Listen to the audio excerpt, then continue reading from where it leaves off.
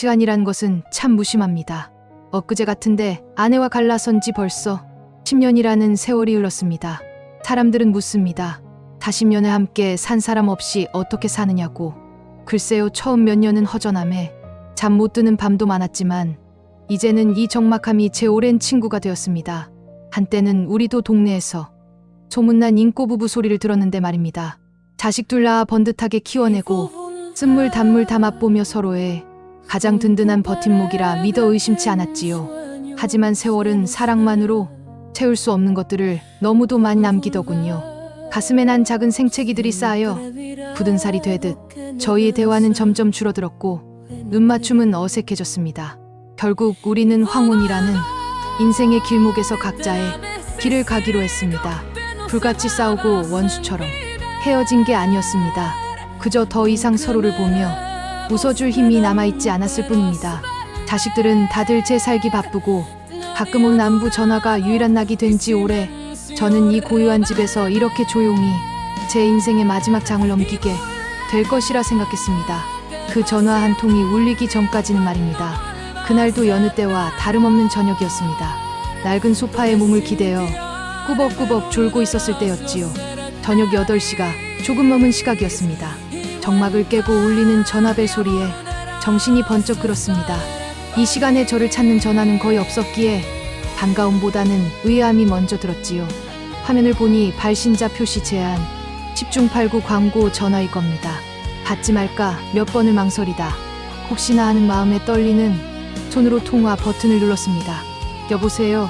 제 목소리에 대한 답은 없었습니다. 수화기 너머에서는 그저 누군가 힘겹게 숨을 고르는 소리만 희미하게 들려왔습니다. 장난 전화인가? 성가신 마음에 끊으려던 바로 그 찰나였습니다. 제 남은 인생을 송두리째 흔들어 놓을 한마디가 제 귀에 박혀들었습니다. 여보. 그 한마디에 세상에 모든 소리가 멈췄습니다. 심장이 쿵 하고 저 아래 까마득한 바닥으로 떨어지는 것 같았고 숨이 턱 막혀왔습니다. 10년 만에 처음 듣는 목소리였습니다. 분명 세월에 거칠어지고 약해졌지만 제 심장이 제 온몸의 세포가 기억하는 그 사람의 목소리였습니다. 40년을 매일 아침 저녁으로 듣던 제 아내의 목소리였습니다. 머릿속이 하얘졌습니다. 좋았던 날들, 지긋지긋했던 날들, 서로에게 상처를 주었던 말들, 그리고 마지막으로 법원에서 서로에게 등을 돌리던 그날의 풍경까지 잊었다고 생각했던 모든 기억이 한꺼번에 파도처럼 밀려왔습니다. 누구? 나 당신 아내 아니 아내였던 사람이요. 대체 왜 10년이 지난 지금에 와서 무슨 일로 전화를 한 것일까? 돈 문제인가? 아니면 덩그러니 남겨진 자식들 문제? 온갖 상상이 머리를 스쳐 지나갔습니다. 하지만 아내가 전화를 건 진짜 이유는 제 모든 상상을 뛰어넘는 너무나 무겁고 아픈 것이었습니다. 10년의 침묵을 깨고 걸려온 전화 한 통, 그리고 수화기 너머로 들려온 아내의 떨리는 목소리. 과연 그녀가 제게 전하려 했던 진짜 이야기는 무엇이었을까요? 이부 아내의 고백과 마지막 부탁. 10년의 침묵을 깨고 걸려온 전화 한 통. 수화기 너머에선 세월의 흔적이 고스란히 묻어나는 아내의 목소리가 들려왔습니다. 제 심장을 먹게 했던 여보라는 그 한마디 뒤에 아내는 제 평생 잊지 못할 무겁고도 아픈 부탁을 해왔습니다. 머릿속이 하얘진 저에게 아내는 떨리는 목소리로 말을 이어갔습니다. 나 시간이 얼마 남지 않은 것 같소. 그 말을 듣는 순간 발밑이 꺼지는 듯한 아찔한 감각이 온몸을 덮쳤습니다. 병원에서 마음의 준비를 하라는 말을 들었다더군요. 10년간 남보다도 못하게 지내왔지만 한때 내 세상의 전부였던 사람의 마지막을 전해 듣는 심정은 말로 다 할 수 없었습니다. 그래서 뭘 어쩌라고. 제 입에서 나온 말은 가시돋친 말이었습니다. 하지만 아내는 원망 대신 뜻밖의 부탁을 했습니다. 다른 건 다 괜찮은데 죽기 전에 꼭 한번 가보고 싶은 곳이 있어서 혹시 우리 처음 만났던 그 겨울 바다 딱 한 번만 같이 가줄 수 있겠소? 겨울 바다. 그 말을 듣는 순간 머릿속이 복잡해졌습니다. 원망과 미움, 후회와 그리움이 뒤섞여 마음이 요동쳤습니다. 이대로 전화를 끊어버리고 싶었지만 그럴 수가 없었습니다. 아내의 목소리에는 미움도 원망도 아닌 그저 마지막을 앞둔 한 사람의 간절함이 담겨 있었기 때문입니다. 결국 저는 무겁게 입을 열었습니다. 알겠소. 내일 아침 당신 집 앞으로 가리다. 다음 날 약속한 장소로 나갔습니다. 10년 만에 실제로 마주한 아내는 제가 기억하던 모습이 아니었습니다. 곱던 얼굴엔 깊은 주름이 새겨졌고 단단하던 어깨는 한눈에 봐도 약해져 있었습니다. 차에 오르는 아내와 저 사이엔 어떤 대화도 없었습니다.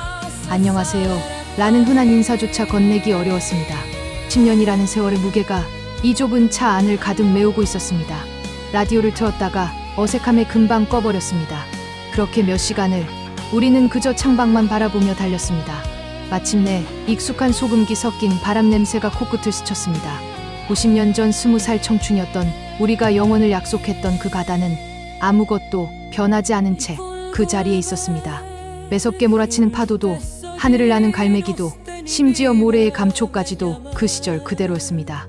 변한 것은 우리뿐이었습니다. 달아빠진 구두를 신은 아내와 희끗희끗한 머리의 저 50년의 세월을 사이에 두고 우리는 같은 바다를 보며 다른 시간을 생각하고 있었습니다.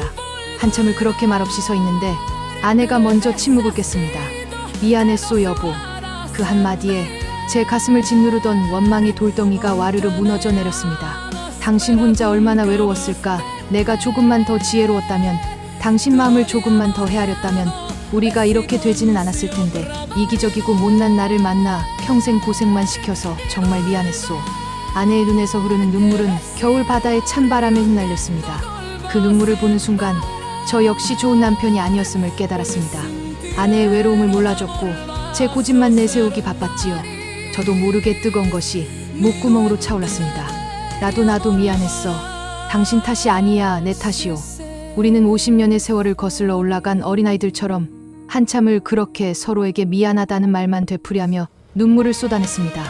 50년 만에 털어놓은 진심, 그렇게 우리의 길고 길었던 오해는 겨울 바다의 파도 소리 속으로 사라지는 듯했습니다. 하지만 아내에게 남은 시간은 많지 않았습니다.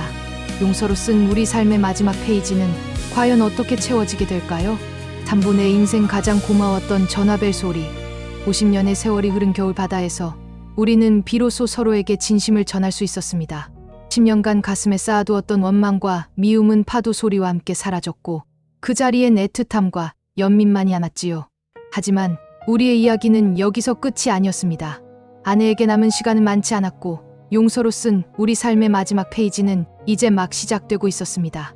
그날 이후 저는 아내의 마지막을 함께했습니다. 우리는 더 이상 남편과 아내가 아니었습니다.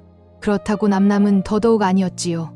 인생의 마지막 길을 함께 걷는 세상에서 가장 오래된 친구이자 동반자였습니다. 서로에게 못해줬던 사소한 일들을 하나씩 해나갔습니다. 따뜻한 수프를 끓여주고 잠이 오지 않는 밤에는 곁에서 옛날 이야기를 들려주기도 했지요. 아내는 기력이 없는 와중에도 제가 곁에 있을 때면 편안한 미소를 보여주곤 했습니다. 10년간의 공백이 무색하게 우리는 마치 어제까지 함께 살았던 부부처럼 자연스러워졌습니다. 아니, 부부였을 때보다 서로를 더 애틋하게 아꼈던 것 같습니다. 더 이상 서로에게 바라는 것도 서운한 것도 없었기 때문일까요? 그저 함께 있는 이 시간이 마지막이라는 사실만이 우리를 가득 채우고 있었습니다. 계절이 바뀌고 아내의 상태는 하루가 다르게 나빠졌습니다. 말수도 눈에 띄게 줄었고 잠들어 있는 시간이 점점 길어졌지요. 저는 그저 묵묵히 아내의 곁을 지킬 뿐이었습니다. 어느 날 새벽 아내가 저를 부르는 기척에 잠에서 깼습니다. 아내는 아주 작은 목소리로 제게 마지막 말을 건넸습니다. 고마웠소. 당신 만나서 그래도 참 좋았네. 그 말을 끝으로 아내는 제 손을 잡은 채 조용히 눈을 감았습니다. 원망도 후회도 없는 세상에서 가장 평온한 얼굴이었습니다. 저는 한참 동안 아내의 손을 놓지 못했습니다. 슬픔보다 먼저 밀려온 감정은 고마움이었습니다. 마지막 순간을 함께할 수 있도록 제게 시간을 내어준 아내에게, 그리고 우리에게 화해의 기회를 준 세상 모든 것에 대한 감사함이었습니다. 아내가 떠나고 제 세상은 다시 고요해졌습니다. 하지만 이제 그 고요함은 외로움이나 쓸쓸함이 아니었습니다. 아내와의 마지막 추억을 오롯이 간직할 수 있는 평화로운 시간이었습니다. 문득 생각해 봅니다.